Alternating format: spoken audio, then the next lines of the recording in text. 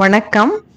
இந்த வீடியோவில் எங்கள் மாமியார் காலத்து பொள்ளாச்சி பீட்ரூட் மசால் குழம்பு ரெசிபியை நான் உங்களோட ஷேர் பண்ணிக்க போகிறேன். நான் வீட்டில் பீட்ரூட் பொரியல் இல்லை பீட்ரூட்டில் வேறு ஏதாவது ரெசிபி செய்யும் போதெல்லாம் எங்கள் ஹஸ்பண்ட் சொல்லிகிட்டே இருப்பாங்க, அவங்க அம்மா செய்கிற பீட்ரூட் மசால் குழம்பு அவ்வளோ டேஸ்ட்டாக இருக்கும் அப்படின்னு. எங்கள் மாமியார் இருக்கும்போது நான் அந்த ரெசிபியை கற்றுக்கலை, ஆனால் உத்தேசமாக இந்த மாதிரி இருக்கும் அப்படின்னு சொல்லி சொன்னாங்க. எங்கள் மாமியார் இந்த மாதிரி மசாலா அரைச்சி மட்டன் குழம்பெல்லாம் வைக்கிறத நான் பார்த்துருக்கேன். அதை அடிப்படையாக வச்சு இந்த பீட்ரூட் மசால் குழம்ப நான் செஞ்சேன். சாப்பிட்டு பார்த்துட்டு ரொம்ப சூப்பராக இருக்குது அப்படின்னாங்க.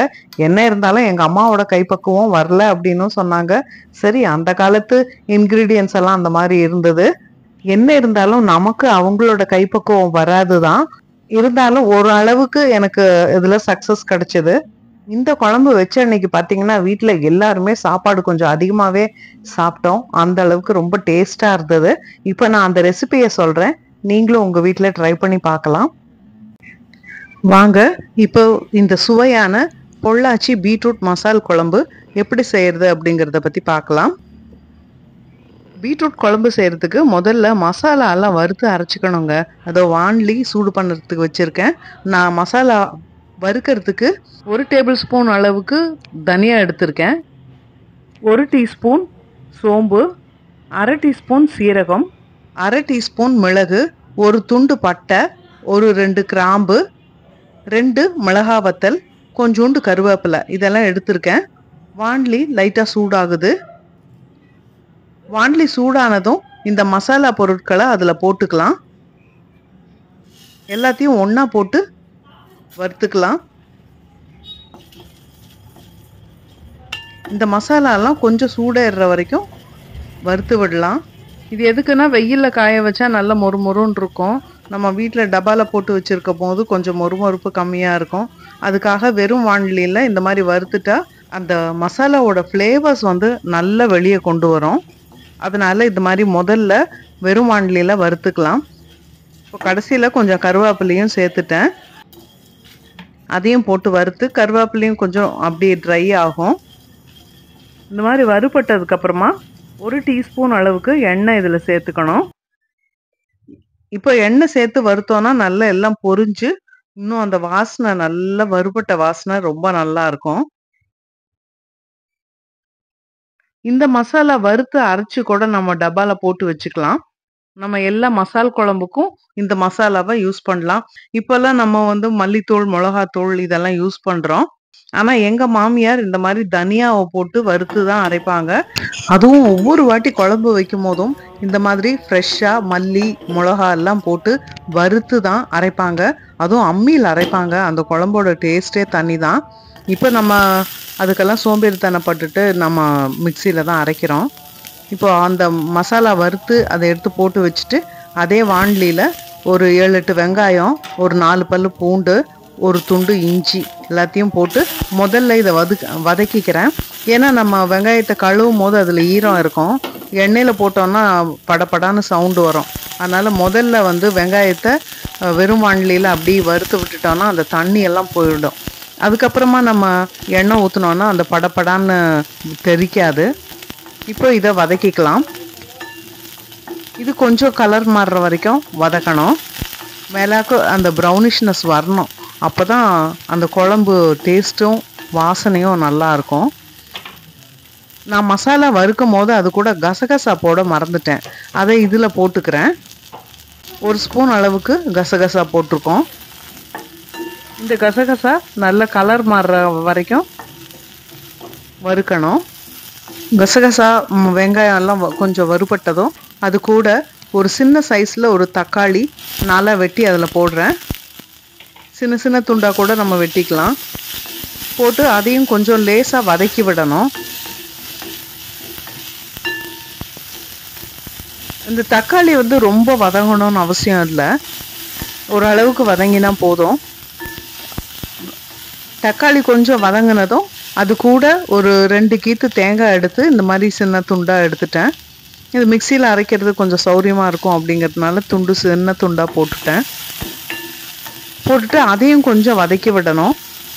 தேங்காயும் ரொம்ப சுருளெல்லாம் வதக்க வேண்டாம். கொஞ்சம் ஒரு நிமிஷம் வதக்கி விட்டோம்னாலே போதும். இதெல்லாம் நல்லா வதக்குனதுக்கப்புறமா இது கொஞ்சம் ஆறுனதுக்கப்புறமா நம்ம மிக்சியில் போட்டு அரைச்சிக்கலாம். அம்மியில் அரைச்சா இன்னும் சூப்பராக இருக்கும். யார்கிட்ட அம்மி இருக்கோ அவங்க அம்மியில் அரைச்சிக்கோங்க.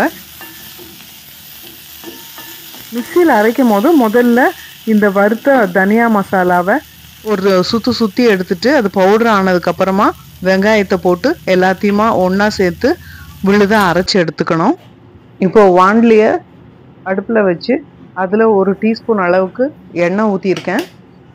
ஒரு அரை வெங்காயத்தை நான் இந்த மாதிரி சின்னதாக நறுக்கி போட்டேன்.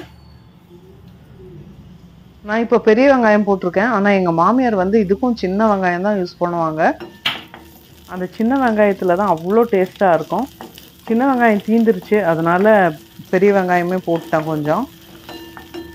அதுக்கப்புறம் ஒரே ஒரு மீடியம் சைஸ் பீட்ரூட்டை இந்த மாதிரி துண்டு துண்டாக நறுக்கி இதில் சேர்த்துட்டேன். அதையும் கொஞ்சம் வதக்கி விடலாம். நான் இன்றைக்கி இந்த பீட்ரூட் கூட கொஞ்சம் காலிஃப்ளவரும் சேர்த்து செய்ய போகிறேன். அதுக்கு முன்னாடி கொஞ்சம் கருவேப்பிலையும் சேர்த்துக்கிறேன். பீட்ரூட்டை நல்லா ஒரு நிமிஷம் நல்லா வதக்கி விட்டுட்டு அதுக்கப்புறமா காலிஃப்ளவர் க்ளீன் பண்ணி எடுத்து வச்சுருக்கேன். ஒரு 1/4 பூ அளவுக்கு தான் நான் எடுத்திருக்கேன். அதையும் க்ளீன் பண்ணி வச்சுருக்கேன். அதையும் இதில் போட்டுக்கலாம். காலிஃப்ளவரையும் போட்டு ஒரு 1 அல்லது 1.5 நிமிஷம் நல்லா வதக்கணும். நல்லா வதக்கி விட்டதுக்கப்புறமா நம்ம அரைச்சி வச்சுருக்கிற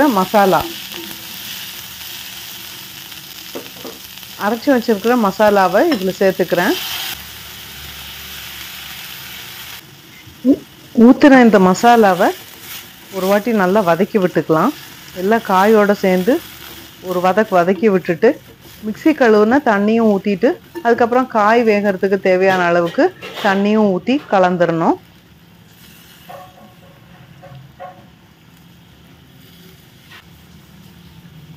தண்ணி ஊற்றுனதுக்கப்புறமா நல்லா தரோவாக கலந்து விட்டுக்கலாம்.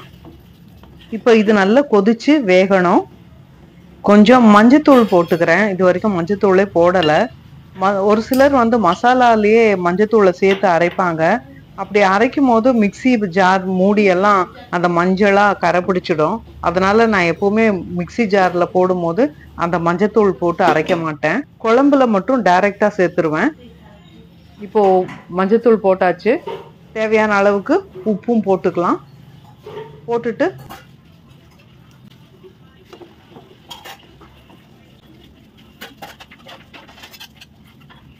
குழம்பு ஒரு கொதி வந்ததுக்கு அப்புறமா தட்டு வச்சு மூடி வைக்கலாம்.